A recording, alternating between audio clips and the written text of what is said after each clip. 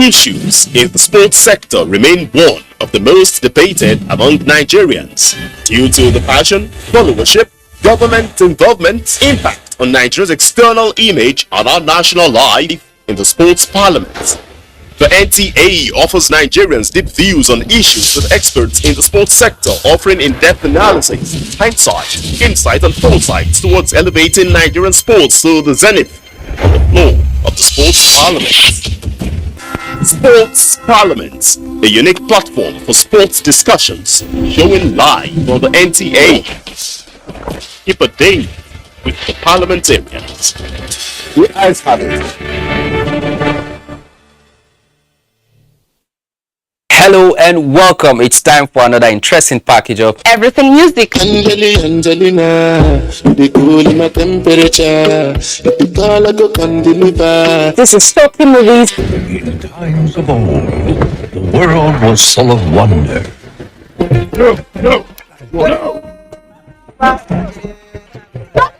Welcoming you to your weekend for today. Right, so come patrol. It's time to use our voice. Beyond 6.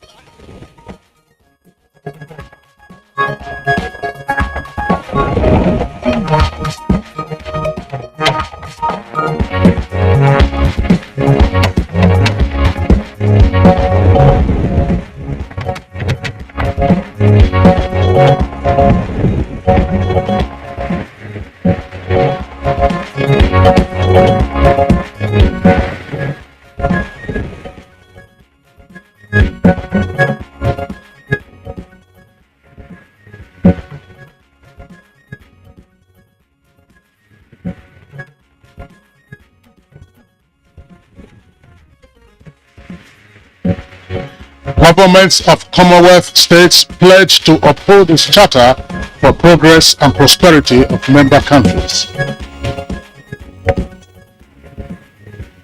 Over 50 countries of the world that belong to the Commonwealth. So, if you are a Commonwealth country and you are left out of it, then you are like a pariah nation.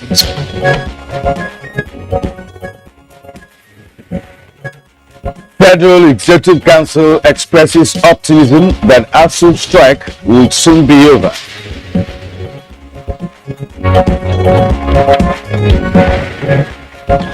(2023) General Elections. TSS advises politicians to play by the rules.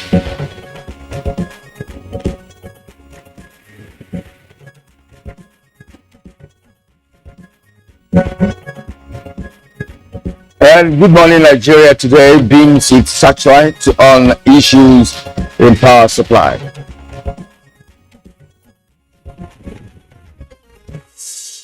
Now, it is trite that electric power is critical to powering, if you may, the modern economy. This is because virtually all aspects of operations in the modern economy rely on stable and steady electric power supply. Well, you're right indeed. And although Nigeria has been generating electricity through the national grid, experts have the opinion that the inability of successive governments to grow the power infrastructure in the country over the decades actually accounts for the slow pace of development in the sector, and of course the result is the inadequate and, if you like, epileptic water power supply. No question about that. Even water that you were saying also relies on electric power for generation as well as supply. Now, not even the privatization of the sector has improved the situation. Now, when the then Power Holding Company of Nigeria was unbundled and sold to 11 distribution and 7 generating companies known as Discos and Gencos, what we expected was that there would be an improvement in the national power situation. But what we do here these days and what we have been experiencing is the frequent collapse of the national grid, which is the transmission infrastructure. This year alone, there have been no fewer than 6 times that the national grid has collapsed. Kilian? Well, it's indeed not fun, the fact that when national grid collapses, the nation is left in darkness. There is no other source. When we ask, why would the nation have just one source of power supply? Is that obtainable in other climes? So these are some of the issues we've been looking at. But in fact, the Nigerian Labour Congress (NLC) has on several occasions called on the federal government to reverse the privatization deal of the power sector, stating that the exercise has not improved but worsened electricity supply in the country. No question about that. I mean, we all sometimes romanticize about NEPA, even though NEPA at its worst performance was referred to as never expect power always. But the case that you just talked about is that the new owners have not in any way made any dramatic improvement to the country's power situation. And recently, power generation on a particular day was said to have crashed to as low as 9 megawatts. 9, Kian, I'm sure you remember that. And this was from an equally embarrassing peak of 3,700 megawatts. So when the power generation in the country went as low as 9, that could, of course, have been virtually zero. And it caused blackouts in various states across the country. This was until the situation was temporarily salvaged. But again, you add to that the scarcity of petrol, the increase in the price of diesel is also taking a toll on the ease of doing business. That's because once there is no public power supply, people want to rely on their own generators. But unfortunately, diesel is around about 700, 800 naira per liter, and petrol scarcity has also taken a hold in parts of the country. Kieran. And oil power supply is inadequate. People say the problem of metering and estimated billing remain a monster yet to be conquered. Now, these challenges also trigger inflation as businesses are compelled to increase prices of their goods and services in order to break even.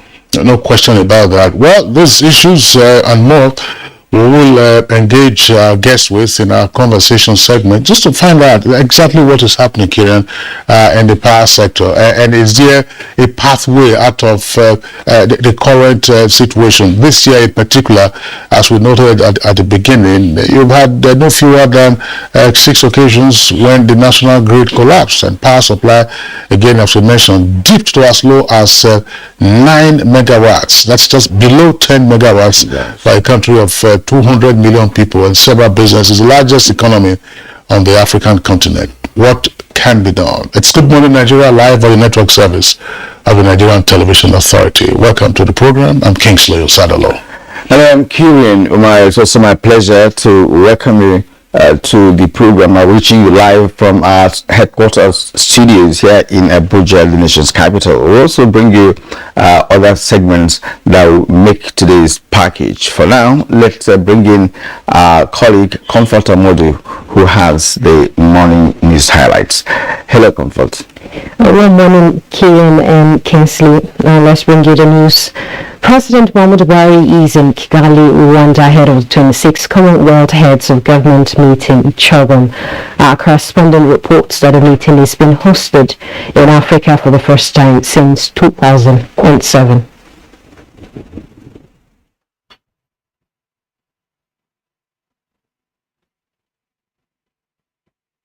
Over 50 countries of the world that belong to the Commonwealth. So, if you are a Commonwealth country and you are left out of it, when you're like a pariah nation. So it is very important that the Nigerian president is there. He is going to make keynote addresses. He's going to talk on key issues like curbing the malaria threat in Africa. He's going to talk about the post-COVID economy. He's going to talk about climate. He's going to talk about security. The theme is delivering a common future. So he's going to talk around that theme. The President Buhari has reiterated his resolve to ensure the nation unite as one nation and not be divided by obviously planned and politically motivated criminals. In a statement, President Muhammadu Buhari expressed the beliefs that religious freedom, the nation's diversity, are what makes Nigeria great and strong. He described the perpetrators as cowards, weak and wicked men with guns, murdering unarmed women and children at their places of worship. The president explains that cowards will be punished for their crimes and that justice will be served as formidable security and intelligence forces are involved in that endeavor. The president enjoins all Nigerians to come together and remember the victims and their families in their prayers. The House of Representatives is of the opinion that increasing the number of recruits into the service of the various security agencies will further enhance the fight against insecurity. This came up when the representative Bulus Maron brought to the attention of the House of the abduction by bandits of a traditional ruler in Plateau State. More than 40 in number came heavily armed, shooting sporadically and firing gunshots which left the community scared, helpless, and eventually went away with the traditional ruler. The Office of the National Security Advisor, through the Office of the Director of DSS, and I want to tell you, they have done more than enough, those two. The information gathering and intelligence is perfect. At times they give you the direction and even where they are meeting. But it's the implementing agency, where even if you are going to put the entire villages down and give them this light arms, somebody carrying an arm, a gun that can discharge 100 bullets in one round, how will you face it? The Borno model that I want to recommend for the state governments in the various affected states to equally fund and support is the formation of a very robust vigilante groups. Minister of Information and Culture Lai Mohammed says the Buhari administration will continue to give support to states irrespective of the party in power. The minister also discloses that the Federal Executive Council has approved a memo presented by the Ministry of Works in favor of Yobe State for a refund of money expended on road projects on behalf of the federal government. That was set up to inspect the claim. They were actually found to be true. They were reviewed, and from the 20 billion they asked for, and certified 18 billion naira as refund due to Yobe State. And before things went as planned, the ongoing industrial action by Academic Staff Union of Universities may soon be laid to rest. Minister of Labour and Employment Chris Ngige says government is calling for a meeting with all stakeholders to further iron out the grey areas, if any. Briefing the press at the presidential villa in Abuja after the Federal Executive Council meeting, the minister says it is untrue that no one is talking to the union, stressing that the Salaries and Wages Commission, NIDA, and the union are currently working on the right payment platform, which would be useful to all the unions.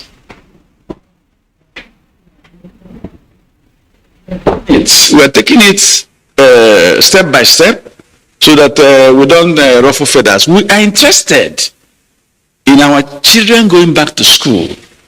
We are not giving any preferential treatment to anybody. The remuneration being looked at, if government decide to up, which they will do, which government is ready to do, if we decide to raise their packages, it will be. Now, intending international travelers in Edo and neighboring states can now breathe a sigh of relief in processing and issuance of international passports. This is because Edo State now has a production center for the enhanced electronic passport, which has been rolled out in the state by the Minister of Interior, Ogbeni Arabishola. And now, barely 8 months to 2023 general elections, the Department of State Service is appealing to Nigerians to shun violence, play the game by the rules, and say no to violence. Public Relations Officer of the DSS, Dr. Peter Funaya, rolls out the message at a briefing in Abuja. We have to live in peace, in tolerance, and in love. Shown like we have stated earlier, fake news, hate speech, and indeed every act that will make us live in fear or distrust or disharmony.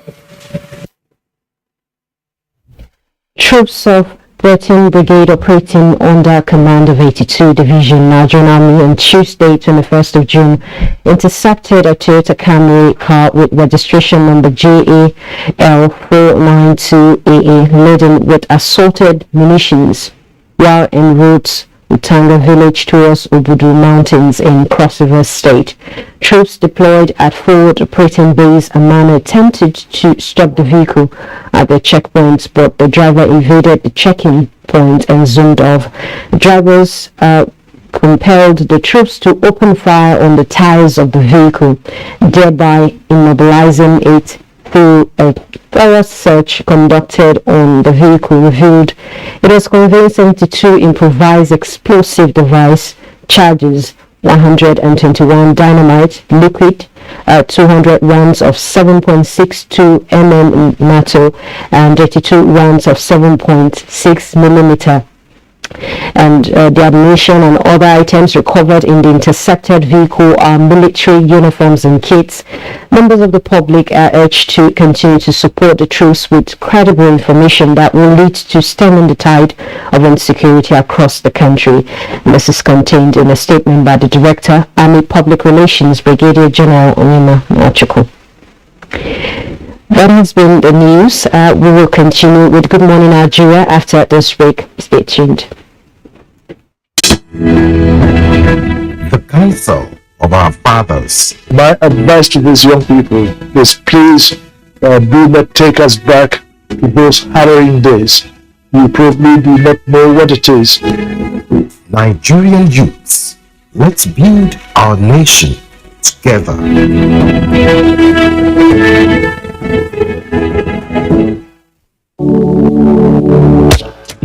Hello everyone. Hope you people have linked your NIN. Don't be like my son Oshegun, who had to wait for his land to be disconnected. Yes, oh mommy, but I am now reconnected. Yes.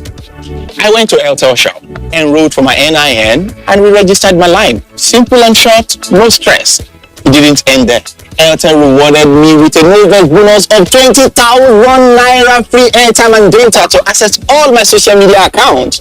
If you already have NIN, all you need to do is dial *121# or visit the Airtel website to get link out. Get on it. Airtel, the smartphone network.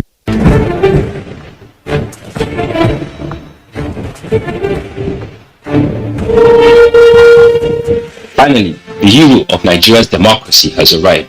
He shall usher us into a new phase of development, peace, and prosperity. He is the father of the new Nigeria, His Excellency President Muhammadu Buhari, GCFR. Welcome to another season of giving Nigerians hope yet again. We are sure of a great future for both ourselves and generations yet unborn. We look forward to your leading us as a nation into our manifest destiny. Though the challenges against us as a people are many, we know that your leadership shall set us on the right path to our greatness. A new dawn beckons on us all, and having you as our president is a precursor to this. Thank you for believing in Nigeria. This message is from the Nigerian Television Authority, NTA.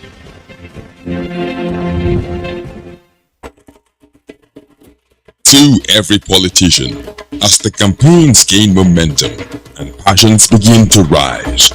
Remember, the errors of your opponents do not make you a success. Do not run down your opponent and inflame passions to violence between and among your supporters. What counts is what you plan to do for the electorate and how you intend to relieve the sufferings and bring succor.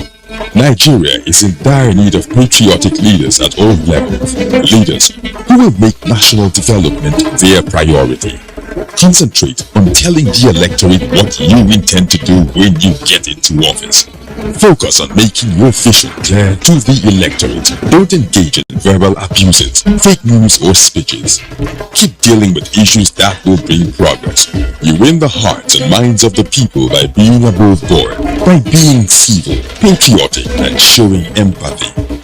Let's join hands to make the 2023 elections peaceful. A message from the National Orientation Agency.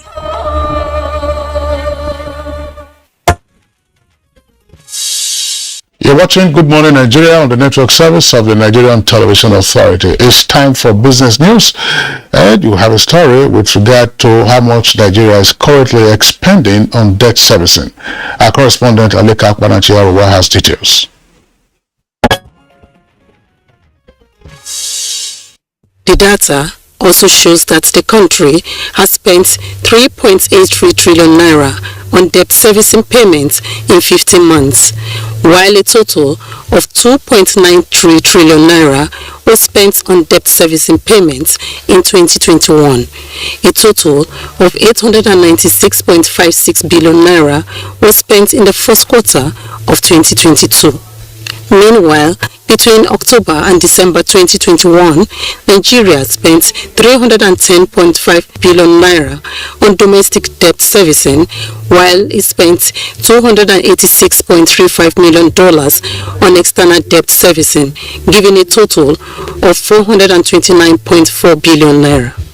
However, between January and March 2022, Nigeria spent 668.69 billion naira on domestic debt servicing, while it spent $548.79 million on external debt servicing, giving a total of 896.56 billion naira.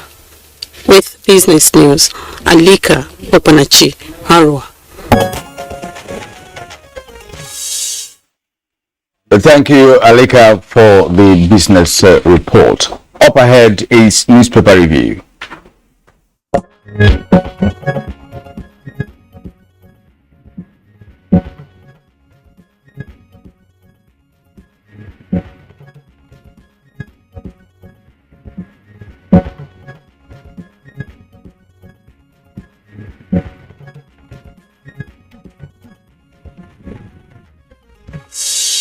All right, newspaper reviewer Bayo Atobi is right here with us in the studios. Bayo, morning and welcome. Thank you, Kinsley. Good morning. Good morning, Kieran.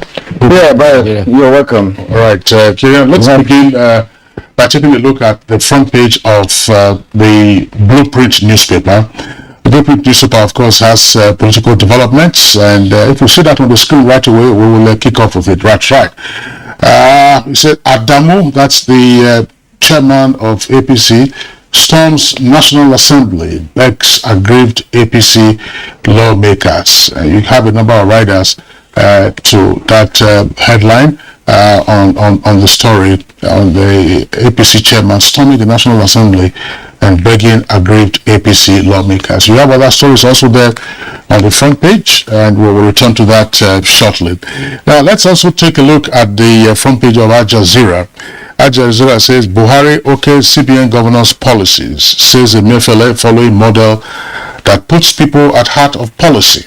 That's the lead story for Al Jazeera. And then US and others, that's the kicker, designate IPOB terrorist group, Buhari insists. Senate to screen new ministerial nominees next week. Obi seeks Wike's support amid fears of defection. 2 senators resigned from APC, PDP, defect to Labour and NNPP. How we regain freedom from Boko Haram captivity, according to Chibok girls. 2022 Hajj, Kaduna loses 2 intending pilgrims. Details on page 2. in GMO, that's genetically modified organisms or GMO foods, federal government begins trials for new teller maize variety. Clear. All right, now let's turn to the Punch newspaper. The Punch newspaper, above the nameplate, fuel scarcity, marketers rally against NNPC's monopoly. It's on page 19. Senate moves to resolve Supreme Court crisis. NBA demands accountability. That's on page 13 of the Punch. The son of NASU extends strike. Federal government hopeful on NASU. It's on page 15. Support for will be like NSAS movement, according to Victor Ume. It's on page 7. All right, now the lead story on the Punch. 20 senators set to dump APC. Party's majority under threat. 3 riders to that. Angry lawmakers protest loss of tickets. 13 senators ditch ruling party. Adamu summons emergency meeting, says no party leader won't be worried. It's a welcome development. We expect more to join us, PDP declares. That's on page 2. Details of the story. Now, the total story on the Punch newspaper is that of 23 children, 143 other stranded Nigerians return from Libya. Army probes Major's death, denies setting up court martial. It's on page 4. Adamawa man kills friend for demanding 1.5 million loan, or rather 1,500 loan. It's on page 5. Now, hoodlums abduct Kaduna military officers' wife, couple, housemates. That's on page 4. Or Kaduna church attacks politically motivated, according to the presidency. That's on page 13. Kidnappers starved us of food, water, says ex-NFF boss. That's on page 15. That'll be it for Punch. And you also have just go ahead with bio. Not drinking bio, you know. Well, let's start with the hope that has been given yesterday. The Minister of Labour and Employment, Dr. Chris Ngige, says the ongoing strike by the Academic Staff Union of Nigeria universities will soon be called off. Dr. Chris Ngige said so after the Federal Executive Council meeting. He also said that there are no plans to establish an alternative payment platform for all labor unions in the tertiary institutions. ASU, which had the grounds with the academic activities since closed academic activities since February 14th, had a grounds with the payment system called IPs. The university lecturers preferred their UTAs as they countered that IPs was shortchanging them. Deliberations are to resume today, Thursday, to consider the progress made by the negotiating teams. It may be recalled that NIDA also had to provide a brief after it tested UTAS, UPPS, and IPs to the committee. The issues before the committee today are the BRICS committee report, renegotiation of the 2009 agreement, test of the payment platforms, and renegotiations of their welfare every 5 years. So there's hope that if all things go through, we may be seeing the end of the strike that started February 14th. And the issue at the Supreme Court, the Senate has mandated its Committee on Judiciary, Human Rights, as well as Legal Matters to wade into the issue that is cropping up at the Supreme Court. A memo signed by 14 justices to the Chief Justice of Nigeria were leaked and put in the public domain. The President of the Senate, Ahmed Lawan, says that at plenary yesterday that the Senate must have interest in what is going on, and therefore has mandated this committee to follow up through and see how the problems can be solved. The Nigeria Bar Association has also opined that there is a fundamental reform of the administration and the governance at the judiciary. The body of benchers is not left out. They have set up a 7-man committee to look into the matter. The chairman of body of benchers, Wale Olanipeko, says that a judicial advisory committee is to be chaired by former Chief Justice of Nigeria, Justice Mahmoud Mohammed, who will be looking at and engaging parties individually and collectively so that an end can be brought to the impasse there. Well, if you see politicians as migrating birds, this is the time of their migration. The aftermath of the party convention and ambitions frustrated somewhere has now left to migrations elsewhere. The leadership is reporting that there's a gale of deflections over the legislators who were denied tickets. Presently, senators have resigned from their party that elected them and have defected to other parties. The All Progressive Congress and the People's Democratic Party are losing, while NNPP and Labour Party are gaining. The APC had its majority at the Senate reduced to 66, while the minority party PDP also now has 43. There are now 5 minority parties in the House, in the Senate. They are the PDP, the YPP, the Abuja, NNPP, and Labour Party LP. At resumption of plenary, it may be recalled that the Speaker of the House of Representatives had lamented about the high number of members who will not be returning to the Senate. Again, yeah, well, I think there are at least 2 issues arising from developments that we are seeing in the National Assembly. That is to say, the defection of senators or House of Reps members who didn't get their party's ticket to contest the 2023 elections and therefore stand a chance of returning. If you defect on that ground, it is not constitutionally viable because it doesn't amount or it doesn't derive from a division in the party. And the rule is that if you defect on that ground, such as to say you were denied a ticket or for no reason whatsoever, then you lose your seat.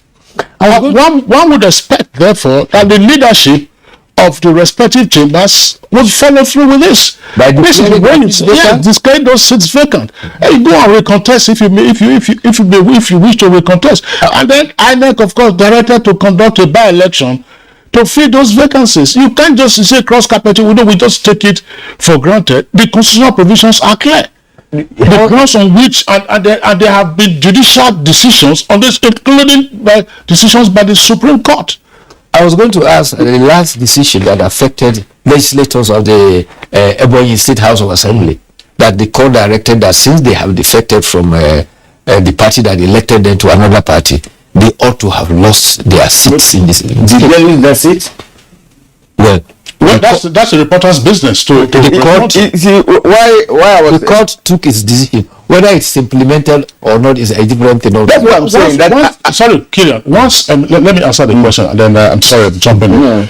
Once there's that decision and there is no appeal of that decision stands.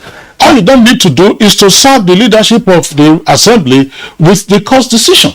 Because the leadership of assembly will not read it from the papers. They will have the court records, that's to say the judgment, certified copy, sent to the leadership, and then the sergeant at arms is directed to ensure that those persons do not sit in chambers, nor do they have access to their offices and so on and so forth. The thing is that we know how it has always been. This is not the first time, politicians are cross-carpeting. It started way back in 1999. Yes. It's a norm in the political space in Nigeria, because of course we've discussed on several occasions the issue of party ideology and what have you. What makes one to belong to a particular association or political association? It is not there. Perhaps we are not ripe yet, in terms of one believing that he should stand by an ideology. That is the point. And if you are talking about implementation, most people who are affected are also involved.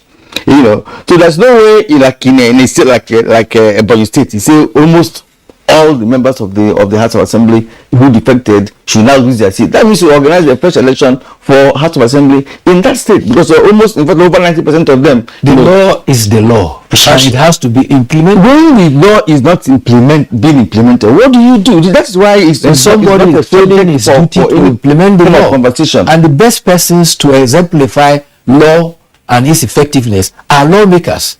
What happened in 1999 you referred to, that defection has started since 1999. What happened was that the majority party in the House or the Senate were the one gaining the defections. Therefore, the Senate President or the Speaker, who ought to have declared the seat vacant, was the one receiving. So he was reluctant to declare self-fulfilling. Turn the blind eye to Yes, who should not be held responsible for this? That's the question. Who should be held responsible? Because it's on the increase, and like, in fact, we should expect more. It doesn't make it right. See, Kirian, the key point. Let me just again throw this in. It is contempt for you not to obey the decision of a court. Secondly, the issue is not whether you have ideology or you don't have ideology. Your associational right is not being impaired. You say you want to go to another political party, no problem. Move to another political party, but the grounds for which you can move and continue to retain your seat in the legislature are spelled out in the Constitution. And there will be judicial decisions on that. If you do not meet any of those constitutions, the requirement is, yes, go to another party, but you lose your seat. The corollary also is that since the primaries were conducted, watch out. I don't know whether they are taking attendance in the legislature. You see empty seats. Yes. Empty seats. Yes. So what are these persons doing? Are they representing us or otherwise? Well, gentlemen, as I said earlier, like no need for this conversation on this matter, because it's something that you cannot heal. It's always been there, and we expect more defections. That's what how we find ourselves. Before my time runs out, is almost two other political issues. INEC has given indication to the chairman of the House Committee that they will extend continuous voter registration. But however, they are waiting to appear in court on June 29th to find the outcome. The other development is that the SDP has held a press conference and said they are challenging the result of the election in the That's the normal thing. They should go to court. You know, I'm not surprised. You know, Shoguni is taking that stance. At this point, we'd like to thank you, Bayo. Thank you too for being here this morning. Hope to see you again tomorrow. You're watching Good Morning Nigeria, and we'll take a short break now. We'll return. We'll start our conversation on the issue of power supply in Nigeria. Ever-busy ancient city of Onitsha is a commercial hub with millions of commuters seamlessly linking other states daily for business, leisure, and other purposes. To upscale its road network, the construction of a 1.6-kilometer long second Niger bridge, including a 10.3-kilometer highway furnished with other infrastructure, has been in motion by the federal government. This project will ease congestion on the existing 56-year-old Onitsha bridge and boost the economic capacity of the state as it easily connects to other parts of the country. The completion of the world-class second Niger bridge Onitsha will be one of the many proud moments of the state, its people, Nigerians, and foreign investors. Onitsha, which hosts the largest market in Africa, is geared up to boast of an impressive road network. Once again, these moments are made alive by the federal government, and it is deserving of all the applause.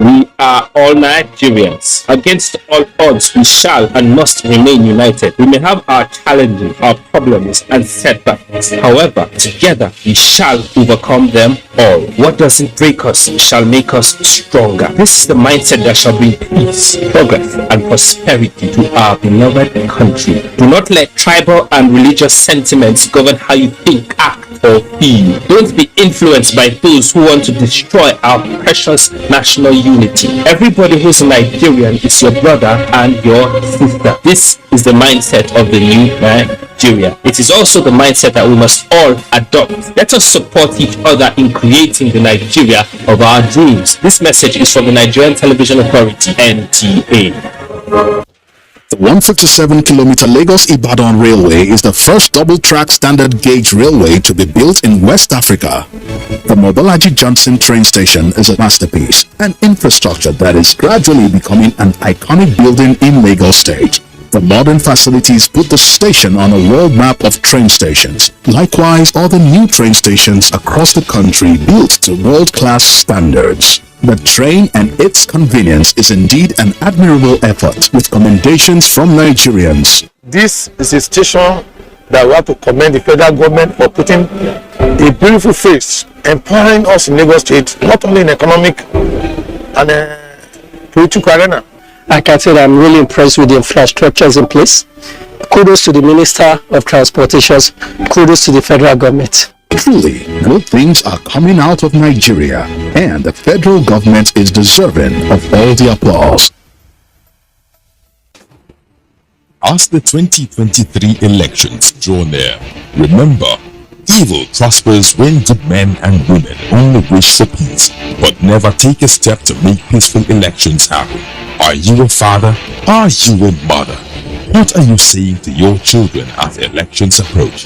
Have you warned them not to let themselves be used to cause violence? Have you explained to them what the consequences of electoral violence might be? Do your part to make peaceful elections happen. Talk to your children. Protect them from unscrupulous politicians who want to put them in harm's way, while their own children are comfortable at home, within and outside the country. Let's join hands to make 2023 elections peaceful. This message is from the National Orientation Agency, NOAA.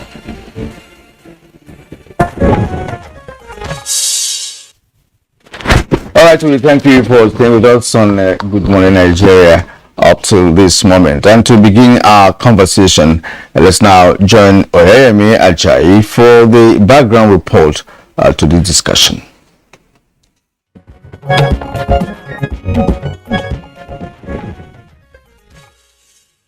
Electricity described as a major catalyst to a nation's drive for industrialization.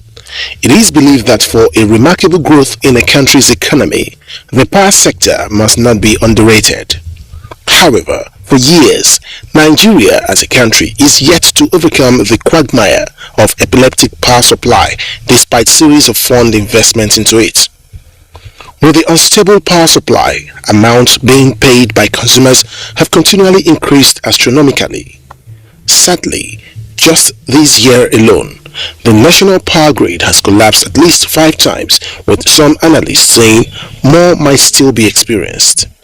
Many have decried the exorbitant amount being paid by consumers through the estimated billings, tagging it as fraudulent, hence bringing in the metering system. However, the provision of meters to customers became a major challenge to power sector reforms in the country, especially with the sudden upward review of the import levy on electricity meters to 35% from 10% in 2019, with an attendant impact on the cost of the meter asset providers MAP. Given the knock-on effects on metering, President Muhammadu Buhari approved a 1-year waiver of the import levy on electricity meters in 2020.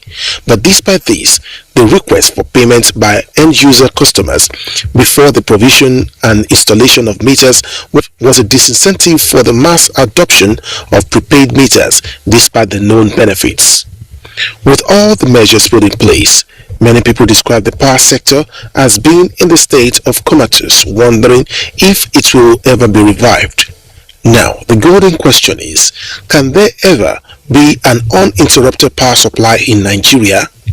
Well, maybe the guest already seated in the studio will be able to provide definite answers now.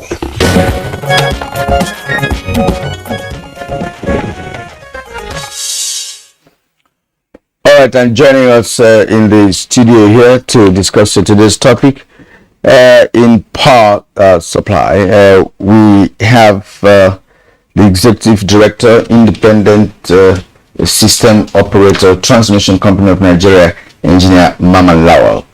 Engineer Lawal, you're welcome. Thank you. Good morning. And also with us here is the Executive Secretary, Association of Power Generation Companies, GENCOs, Dr. Joy Ogaji. It's a pleasure, Dr. Ogaji, to have you here with us this morning. Thank you, and good morning, Nigerians. All right, we also have with us in the studios Engineer Balarabe Abdullahi. Engineer Abdullahi is General Manager in charge of the brain box, if you may, of the transmission in the power sector in Nigeria, located in Osogbo, Osun State. Engineer Balarabe Abdullahi, pleasure to have you with us on the program. Thank you. Good morning, viewers. All right. Also here with us in the studios is Donald Etin. Etim is Chief Marketing Officer of the Abuja Electricity Distribution Company. Donald, we're glad to have you. Thank you, sir. Good morning, viewers. All right, and then also part of this conversation later on we'll be bringing him in as a regular whenever we are having conversations on energy matters. We're talking about Odion Omofoma. Once we do have him, we will of course bring him online. So, ladies and gentlemen, once again, it's our pleasure to have you on Good Morning Nigeria, even though these are not particularly happy times for power consumers. I imagine also for those of you who are also in the power sector, for instance, for the consumers in the Abuja area, you go to buy power credit. I don't know whether you have experienced this. And those who are vending the power credit, they said they don't even have light. So you're asking yourself, oh, what's going on? So let's begin with Engineer Mama Jim Olawal, who is one of our regular guests. We've talked about the epileptic power supply in the country, but this year has been most unusual. What is happening? Thank you very much. Yes, as a matter of fact, the current state of power supply in Nigeria is anomalous to what the trend has been over time. And I'll crave your indulgence to put it in context. A few months ago when I was here on this program, we had cause to observe that effective 2017, there has been a sustained trend of improvement in grid stability as typified by the collapse incidents recorded over time. We observed in the year 2017 we had 15 collapse incidents. 2018 it reduced to 12, and it took that trend up to the year 2021 when we recorded 2 collapse incidents. As a matter of fact, we have always strived to ensure we do not record any major disturbance.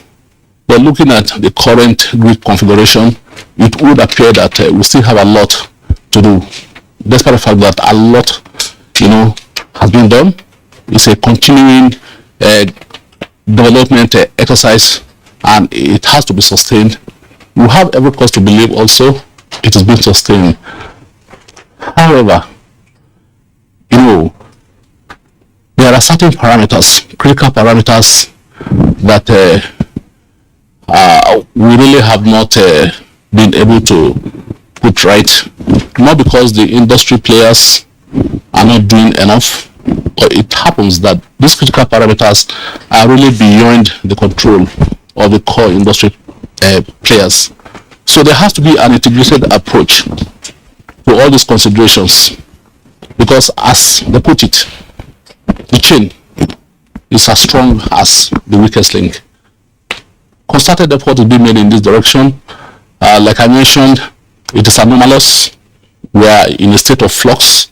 We expect, with the strategies being put in place by the federal government through the Honorable Minister of Power, Engineer Abubakar Aliu, and also the regulatory interventions of the Nigerian Electricity Regulatory Commission, we would expect sooner than later all this, will become a thing of the past. Well, I remain with you, because you cited that it happened in 2017 on 15 occasions, collapse of the grid. It happened again in 2018.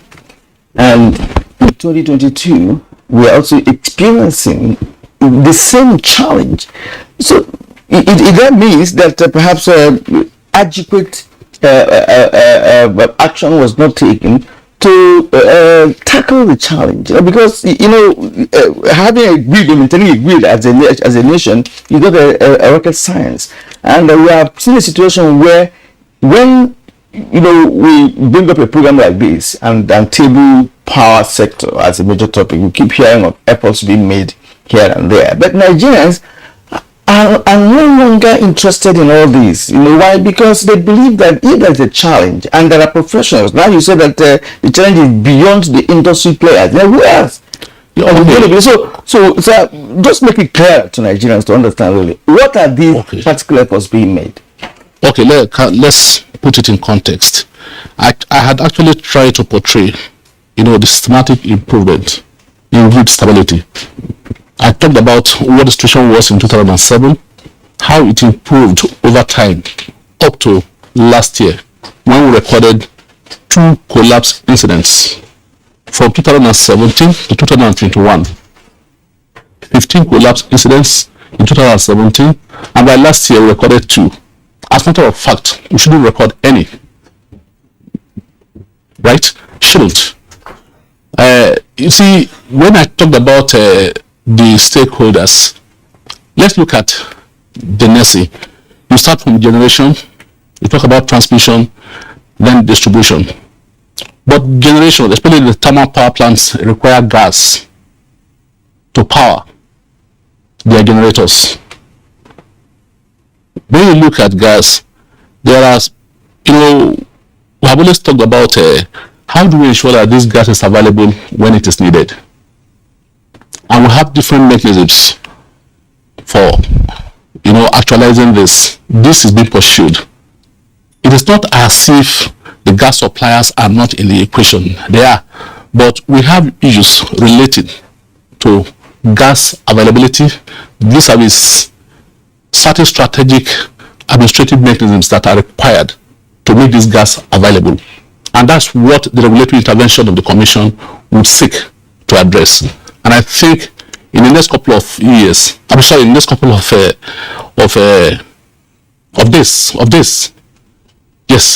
this intervention, will be brought to fruition, and we would expect that remarkable changes will begin to emerge as we progress. Thank you, Engineer Norman. We will return to you. Now, because you were just talking about generation and the thermal power plants, let's bring in Dr. Joy Ogaji, again, another regular face on Good Morning Nigeria whenever we are discussing power matters. What is you're already smiling. What is the situation? Let's be realistic. What is the situation? Earlier in the year, we were told that there was low water level, and therefore the hydro plants were affected. Now we hear is a gas issue. Same gas. When we want to brag, we say that Nigeria is not actually a crude oil country. Nigeria is a gas country. And with the war in Ukraine and Russia and the disruption in gas supplies to Europe, we have also been positioning ourselves to supply gas to Europe. So now we are hearing thermal power plants don't have gas. What is the issue? Good morning, everyone, viewers online, and thank you, NTA, for inviting me. Like you rightly said, I'm a regular here. And if you take an inventory, each time I come, we have not spoken anything outside the same thing we're speaking about today. I was telling somebody that I joined the sector in 2011. Unlike him, I'm sure he has been there for 30 years. I joined in 2011, and when I joined, the same issues we're discussing were the same issues that were being discussed when I joined the sector then. That was pre-privatization. Now, why is it that 9 years nearly, because by October 31st, it will be exactly 9 years post-privatization? Why is it that nearly 9 years post-privatization, mind you, was viewed with the mind that with privatization we'll get to our El Dorado? And now, nearly 9 years post-privatization, we seem not to be close to our El Dorado. In fact, as a matter of fact, our assessment is that the current situation of power is back to pre-privatization times. Exactly. The issues have resonated again and again. So yesterday, even before NTA invited me, because I've been, one of the reasons why you have a PhD is that you can research. So I've been researching, I've been in this sector. Why are we not finding solution? Because I don't want to go and talk about, oh, it is NCT's problem, it is disco. Because I've come to realize that there is an endemic problem. All these things, grid collapse, whether estimated billing, overbilling, underbilling, are all symptoms of a major problem that we must investigate, diagnose, and then find solution to. And I have been doing that research, and I've come to find out that the problem in the Nigerian power sector and also in other sector is akin to the dead horse theory. Now, what is the dead horse theory? The dead horse theory is a theory that is has its origin to the American Indians, Dakota to be specific. And what this ancient theory says is that if you find out that your horse is dead, dismount. So we have a dead horse in the power sector. So we have been trying to make this dead horse ride. And in doing that, instead of coming to the realization that the horse is dead, we have got new horses, dead, all dead. Join them together and see if they can ride. They are not riding. We get whip, koboko, and all different type of whip. And I've been whipping this dead horse because he's dead, he can run. We now get consultants to come and teach us on how the dead horse can run. They can't succeed because the horse is dead. Then we now book training outside the country. Go there to go and learn how a dead horse can walk. And a dead horse is dead. It cannot walk. Okay, now we now bring down the standard. The privatization documents, we bring it low in implementation and enforcement. And say, okay, if we lower the standard so that dead horses can operate, then even at that, it can still not work. Then we threaten to terminate the dead horse. Because he's dead, he doesn't care about termination. So I can go on and on what we have been doing in order to make this dead horse walk or run or whatever. So the power sector has a dead horse. And as I told you, I'm doing my research to find out what is the dead horse. Because clearly, I can't say the power sector is a dead horse. If the power sector is a dead horse, then what do I replace it with? We need the power sector. So we need to find out what is that dead horse. Is it our modus operandi? Because I have reviewed this extra. This extra is one of the best documents we have. From section 1 to 100, it captures everything we need to make the power sector work. I've looked at the market rules. We have one of the best market rules in the world. I've looked at the grid code.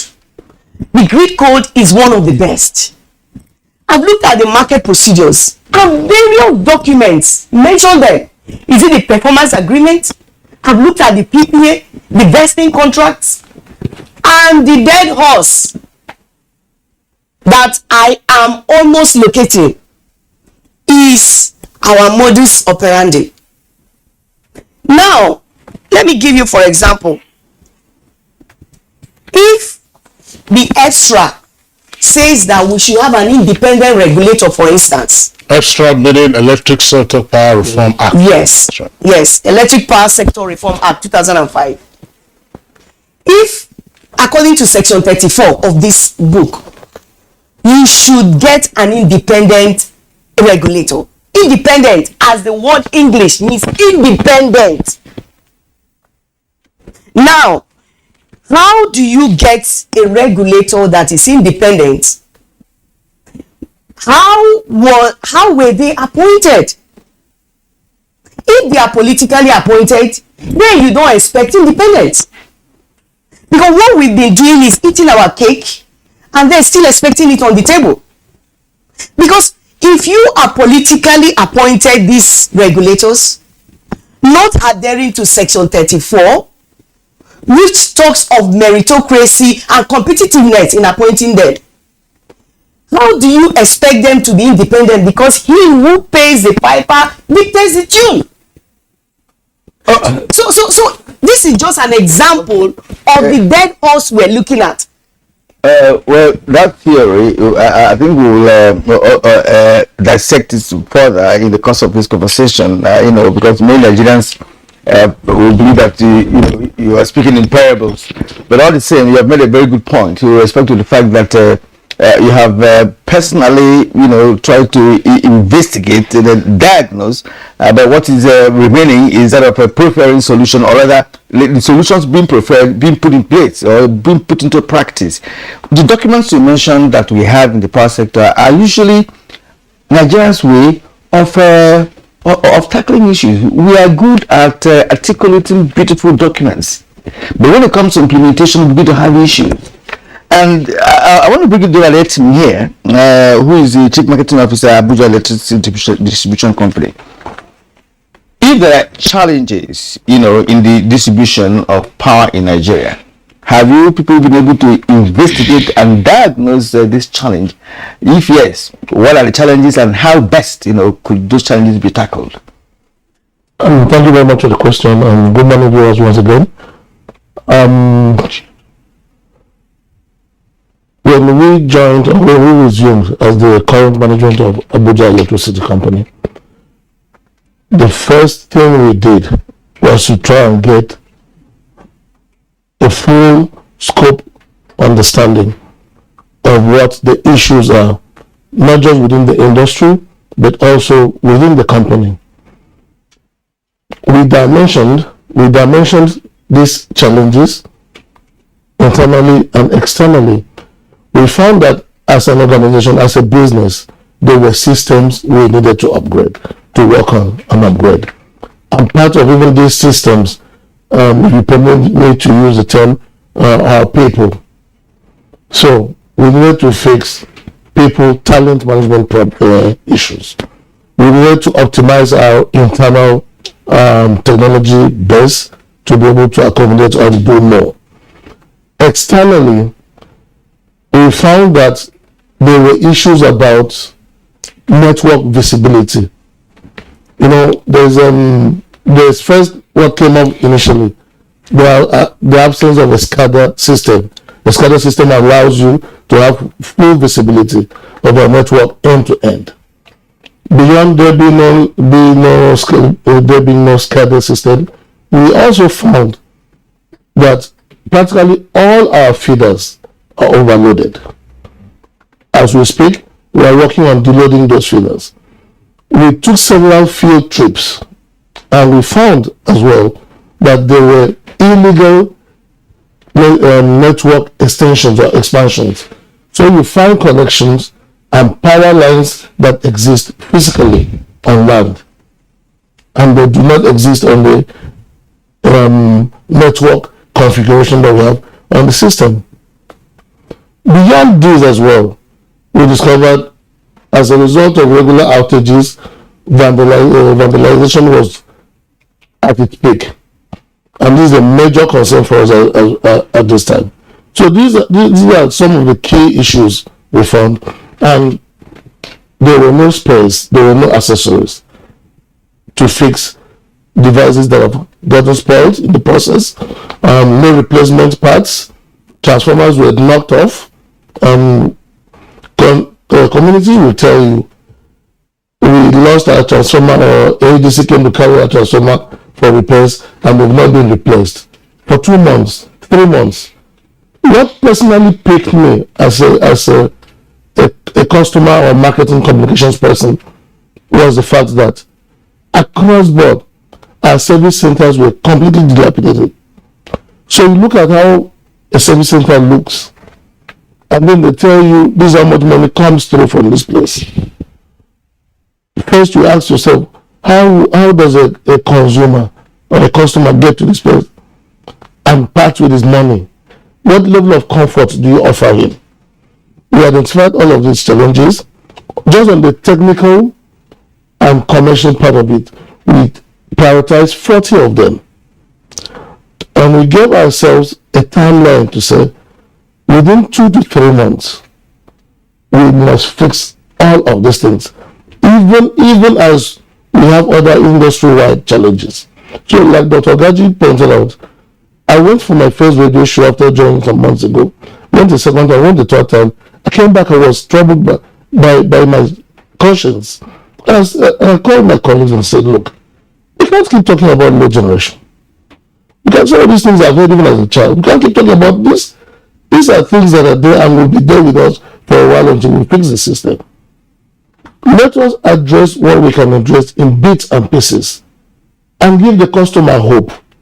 Because the most vilified Nigerian, outside of the Nigerian police officer, is the popularly known NEPA man. We are very vilified. We do not have a right to talk back because we committed to giving service and we have not delivered that service the way it should be. So these are some of the challenges, and as an organization, we have taken steps. We are working on some of these projects, and to give credibility and credence to what we're doing. There's this popular notion outside there by customers that, oh, the average disco supplies power to the rich.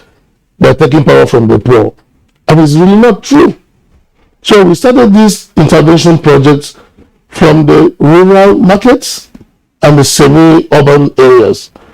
Within the larger franchise, we have had to work on places as far away as Masarawa, Lafia, where we had improved power. We went in there with metering. We ran a service-based tariff campaign just to optimize people's awareness before migrating them. Last week or two, we were in Bida to commission an injection substation. But around here, I'm very concerned about the area around Karu, Maraba, Jikwe, and all of these other areas. Because the customers there have been the most shortchanged. They've had very few hours of power. There were areas that never had power at all. Until 3 months ago, we looked at our network configuration and decided to manage the little supply we have a little differently. We said, let's start from 2 hours to 4 hours progressively, and then maybe we'll improve it. By the time we run the length of the interventions we're having currently, most of them will come to full fruition by about 2 months at most. We will have improved, not just improved supply, but also more reliable supply. Because our systems, when we deload the systems, when we deload the feeders, they become more stable. Around Karu, all the way to Jikwe, we have a deloading project where we bring another feeder called K6. The simple common sense we are applying this, taking residential customers off, separating them from industrial or SME customers, so that both streams of feeders are singly dedicated. Okay. Donald Etting, thank you very much for the explanation. I'm sure that consumers in the Abuja electricity distribution franchise area will be pleased to hear what you are saying. But just keep this at the back of your mind. You are a new management team. Yes, did you inherit a dead horse? That's one question we're going to ask you. Because following up on Joy Ogaji's theory, because all the things you are saying, feeders overloaded, XYZ, the previous owners, before the debt became too heavy for them and then the creditors came in, were busy collecting electricity tariff every day and giving excuses as to why they couldn't supply power. So you will tell us the state of that dead horse, whether it was already decayed before you came in. That will be later on in the course of the conversation.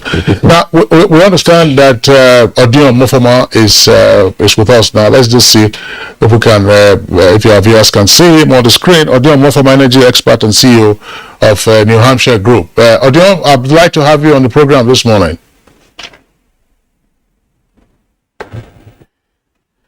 Okay, our engineers will work on the audio, and once that is sorted out, we'll come back to you for your first shot.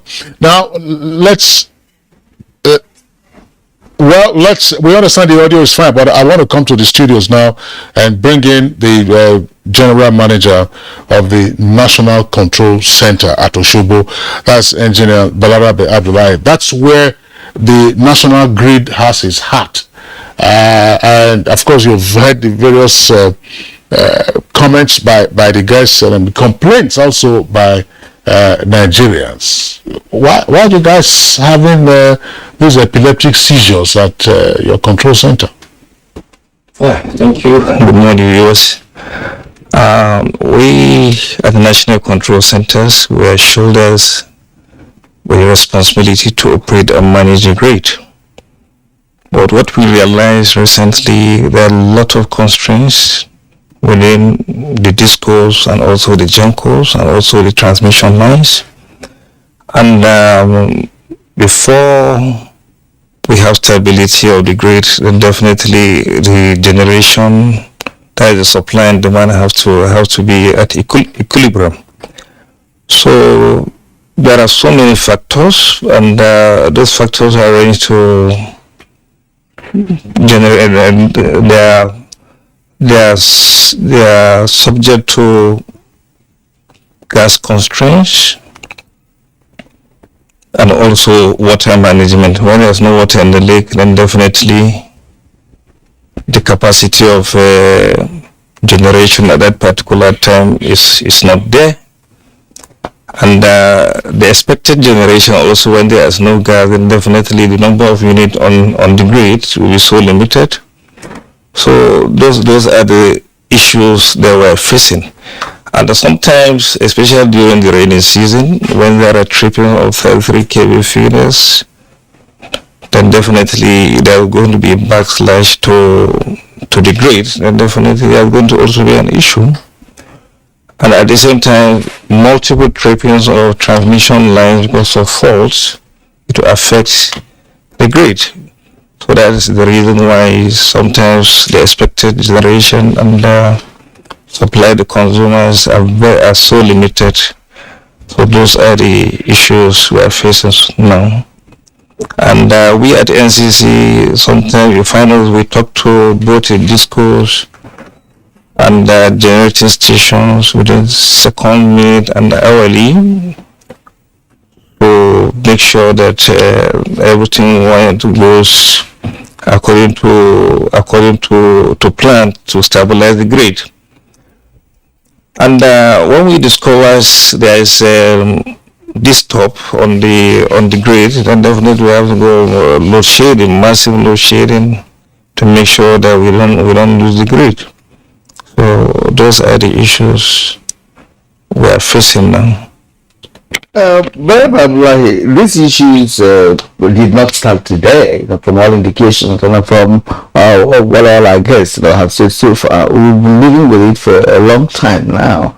Why I'm raising this concern is the fact that when one knows that there is a challenge, the usual thing is to devise a means of tackling the challenge, especially the one that has been protracted, such as this issue of grid collapse. When are the efforts being made? Because from all indications, this might just continue, right? And we are growing in population, and many estates being established across the nation, and those estates will be powered. So it's like there's an expansion going on, while the grid is suffering from all the factors that you have enumerated. So, what is the way out of this occasional collapse of the grid, which you control? That way out is how to manage the grid, is to provide an adequate SCADA system to monitor the grid. And now recently, the TCM management were able to deploy a stopgap solution by using the IoT, that is Internet of Things, which for us to monitor the megawatts, megawatt, current and voltage of all the power stations. So that will help us to manage the grid. I think all the three sectors, the transmission, generation, and transmission, they knew the problem, and what we were told, they were trying to resolve it, because there are several meetings called by NEC during the NESI meeting and the previous one to discuss the challenges, and we have the hope, and also based on our interaction with the GENCOs, the effort they are putting to get the gas. Then definitely, as you said, really is worrisome.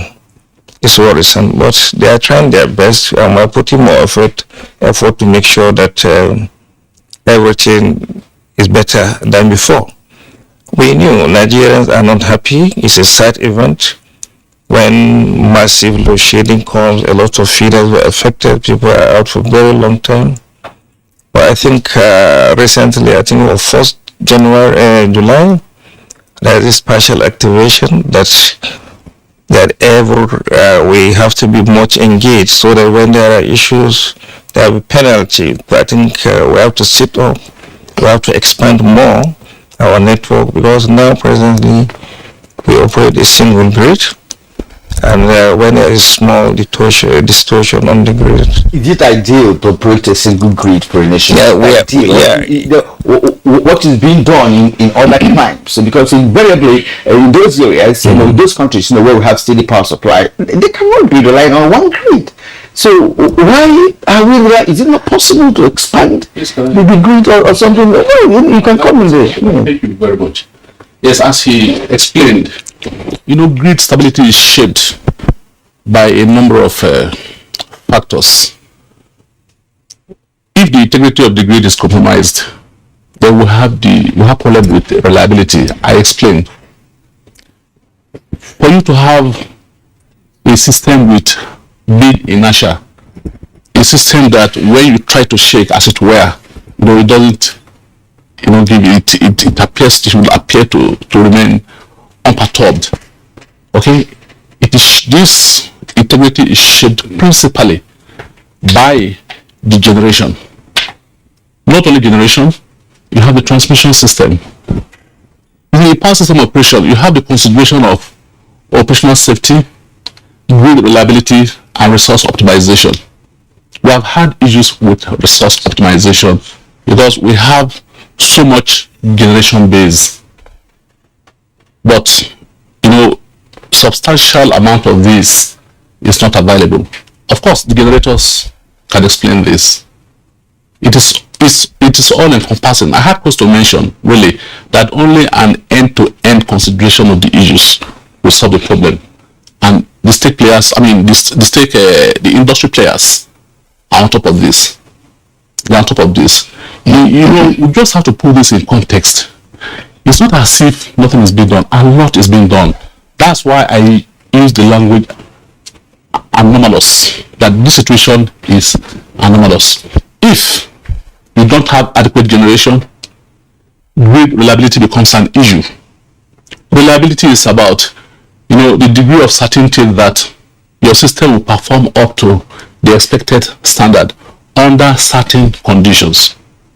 If generation is inadequate, the transmission system is compromised, and the distribution end, the demand side management is suboptimal, then the integrity is compromised. When you have the least perturbation, such as the tripping of a line or the massive tripping of distribution feeders on account of stormy weather, you lose the grid. So these are some of the issues. But we need a grid that is automated to be able to tackle this effectively. And there has to be resource optimization across board. That's why that synergy is required. We need this collaboration to ensure that we have a grid that is operated reliably, a grid that is adequately optimized. When it was NEPA, but we have all this analysis of all this optimization on the. I'm not being cynical or sarcastic, but how many times? Yes, I recall. Years past, you said, look, there was a shutdown at Osogbo, but we couldn't be having this on a regular basis, and we're saying, generation is an issue, transmission is an issue, and then distribution is also an issue, because now we've also been working on the transmission lines. I'm just saying this, Engineer Norman. Of course, your explanation is noted, but just for our viewer out there to understand precisely just what is happening. Is it that this privatization or this unbundling is a challenge? Is it the dead horse, as Ogaji says? Now let's bring in Odion Mofoma, an energy expert and a regular guest on Good Morning Nigeria whenever we are discussing power issues. Odion, once again, we welcome you to the program. Well, it looks like probably you are living in an Eldorado where you have stable power supply, but for the rest of us, we do know that the power situation this year has been horrible, and we have been listening to all the reasons why this is happening. What is your reading of this darkness that we've been plunged into? I actually feel the frustration of Dr. Ogaji and the frustration of millions of Nigerians that have had to deal without power. Particularly when diesel is now above 800 naira per liter. So industries, businesses, homes have had to suffer. I know banks that shut their head office by 5 p.m. They closed down because of power. So it is this year, the power situation has had an adverse effect on everybody entirely. And like Joy has, like Dr. Ogaji has said, 9 years after privatization, we're in a state where the situation of the power sector is as it was pre-privatization, despite the fact that over 3 trillion naira has been invested in the sector over the last 9 years. So one starts to really wonder, are we heading in the right direction? Are we stalled? Is it comatose, as your report put it? Or we can still make a way out of it? And just to summarize for the benefit of the viewers out there, I think to my mind, there are about 5 issues that have affected the sector and still affects the sector. The first is the lack of investments over time. The ADC director spoke about overloaded feeders and all the rest. It's shocking that 9 years after all the feeders, after privatization, second management in ADC, the feeders are still overloaded. We have the absence of contracts and the non-enforcement of even the few contracts in the market from a regulatory perspective. We have poor corporate governance across the industry. I mean, it cuts across everything. So when you're managing the corporate governance structures of the stakeholders is weak, then you're seeing some of these effects. Sadly, is affecting everything. We are also seeing structural issues with the way and manner the Nigerian electricity supply industry is structured. The national grid system, unfortunately, cannot work and will not work. And sadly, that's where all of these investments have been going into to stabilize a national grid system that is not feasible as in the country we are in. Abuja cannot solve our power problem, I'm sorry to say. We can do all these discussions in Abuja, but it will not solve our power problems. We then have to start to look at solutions. And the last part is actually greed and some human factors. I think greed plays a key role in all of this because you'd find out that certain stakeholders, due to greed, the right investments are not made, and then it affects the entire network, right? But I think we focused enough on the problems. Viewers must be overwhelmed by all the problems. How do we get out of this whole situation is really my focus here. And I think it's time to start to look at a situation where we bring in the states, the municipalities, the local governments, and even cooperatives into the electricity business. We cannot have one single line market where it's generation, transmission, distribution, just one line, and then if you don't get power supply in that line, you're out of it. I know communities that are enjoying 24/7 electricity. They're not connected to the national grid. So it's false to say that some people are not we are all suffering from this power situation. There are people that are not suffering from this power situation because they are not connected to the national grid. So we must start to disengage ourselves from a national grid system that is not stable. Somebody the MD Oshobo mentioned that one small perturbation of the grid knocks off the entire grid.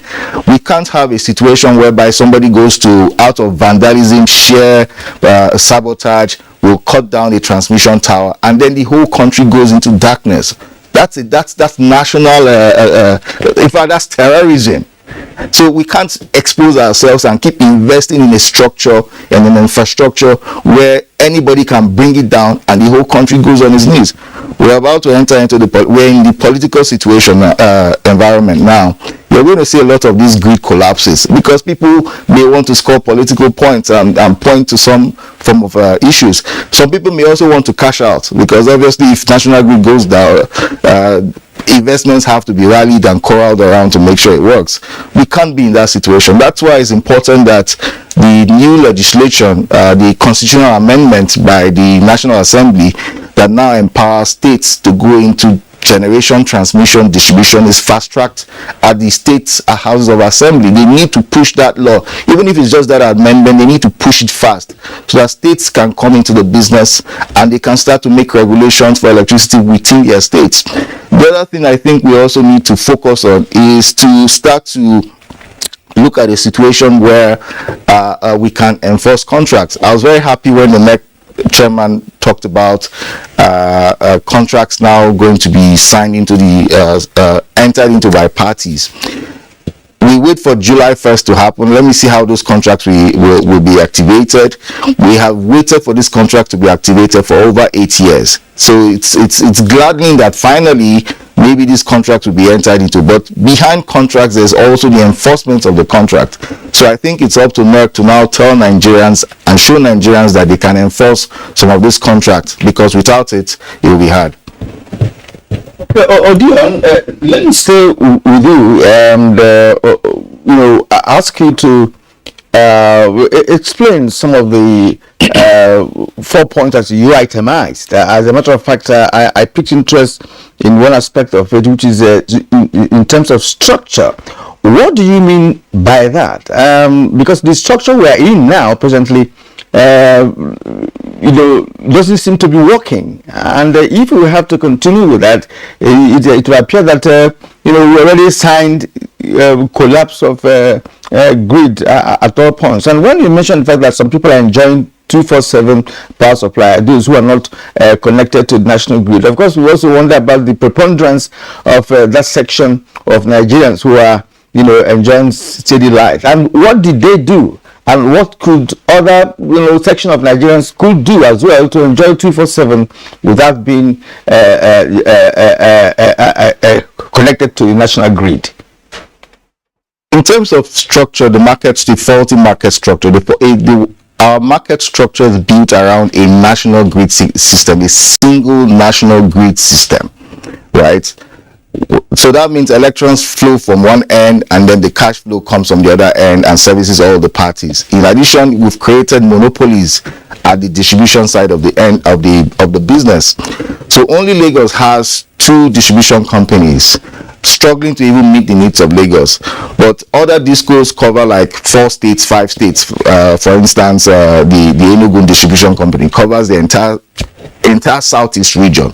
That is a very big market, right? So you have a situation where these people cannot meet the needs of the customers there. They are overwhelmed, right? So from that market structure, a single national grid system, every single issue, either at the generation side, the transmission side, or the distribution side, affects the entire country. So that is the structure of the market, and it's so faulty. The people that are enjoying 24/7 power, so for instance, go to Bonny Island. Bonny Island, they have a 15 megawatt power plant which they generate, transmit, and distribute within the island of Bonny.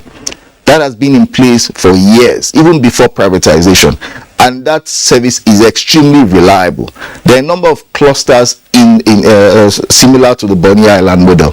So what I think is for us to move forward, we need to start to look at distributed energy systems where people are we're looking at franchised areas where generation, transmission and distribution happens within that cluster, right? If you take the cell phone analogy, MTN did not start to roll out base stations in one single go.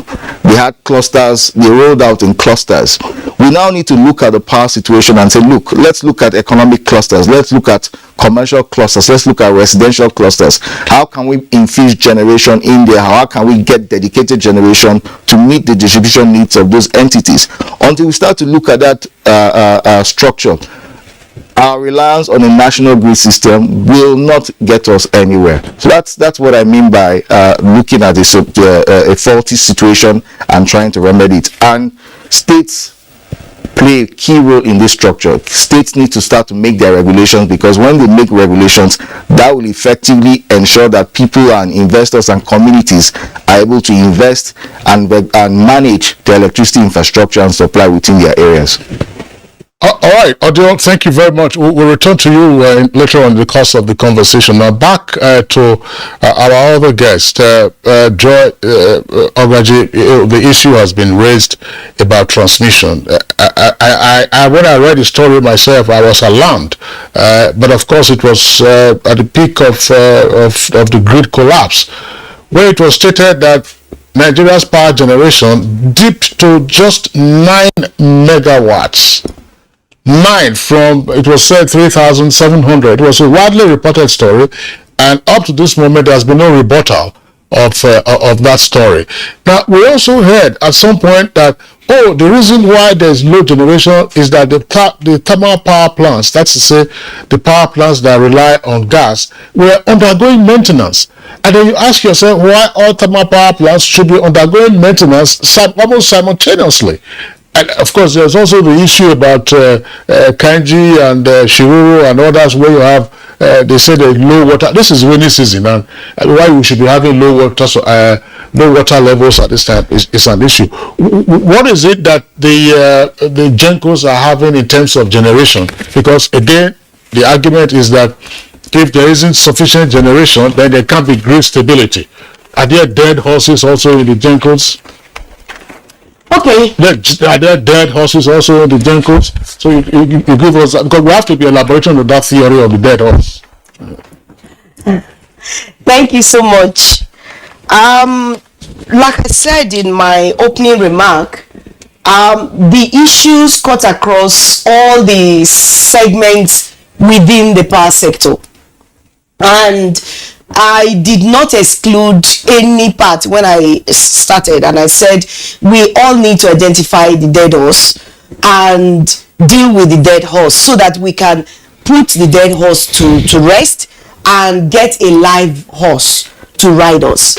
And my colleague Odile, from when he made his own comment, has lashed on some of those areas that are responsible for the dead horse theory. And until we deal with those issues, we will not. So, answering your questions, why or what are the issues GENCOs have and whether there is enough generation, I have brought, and this report is based on the national grid, because every day I have a staff that captures what NCC projects. Sometimes the data does not really match, because when I see that, like as at yesterday 7:30 in the evening, the grid was on their site, they were reporting 700 megawatts. I quickly send message to NCC. I say it can't be possible. NCC, not national. National Control Center. That's right. Yes, NCC means National Control Center at Osun State, Osogbo. So I send message to them. I've not gotten the response yet. That sorry, by 6 o'clock it was over 3,000. How come from 6 o'clock and by 7:15, 7:30 we are about 700 with about only 6 generation plants on the grid, and they've not responded to me. Now that brings me to what my colleague also Etin latched on. We don't see anything. The power sector, we see what is happening through the eyes of NCC. So it's whatever they show on their dashboard that we see, and so we don't really know what is going on. When I saw that, I checked with my GENCOs and they said we are on the grid, we're generating. For example, I also give you a case in point. The last comment that you made on why is it that most of the generation companies were on maintenance. That was reference to a publication, a press conference, a press release issued by TCN through their media aid, which printed out 14 generation companies not generating, and that is why there was no generation. And the Gencos were not happy and said, come, please respond, because as a matter of fact, as at that day, Shiroro was generating and was on the grid, but Shiroro was on that list and several other power plants. So I am not putting the blame. That's why I said when I came here, I don't want to blame anybody, because they are trying. The Oshobo staff, I know them. In fact, they are like juggling, I don't know, so many balls at the same time, as he explained. Because to maintain grid integrity, you have to check the volume of generation coming, you have to check the integrity of the transmission system.